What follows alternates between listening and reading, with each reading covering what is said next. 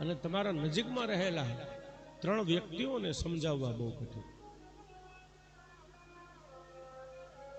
આખું ગામ તમારું માનતું હોય, આખો સમાજ તમારું માનતું હોય, કે આખો વિસ્તાર તમારું માનતો હોય, કે આખું રાજ્ય તમારું માનતું હોય, પણ 3 વ્યક્તિને સમજાવવા બહુ કઠિન પડે.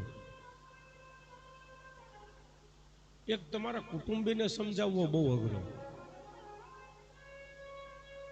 ગામ તમારું આખું માને પણ કુટુંબી તમારું ન માને. કાકા દાદાનો ભાઈ હોય ને એને સમજાવવો બહુ કઠિન. બીજું એક પાડોશીને સમજાવવો બહુ કઠિન.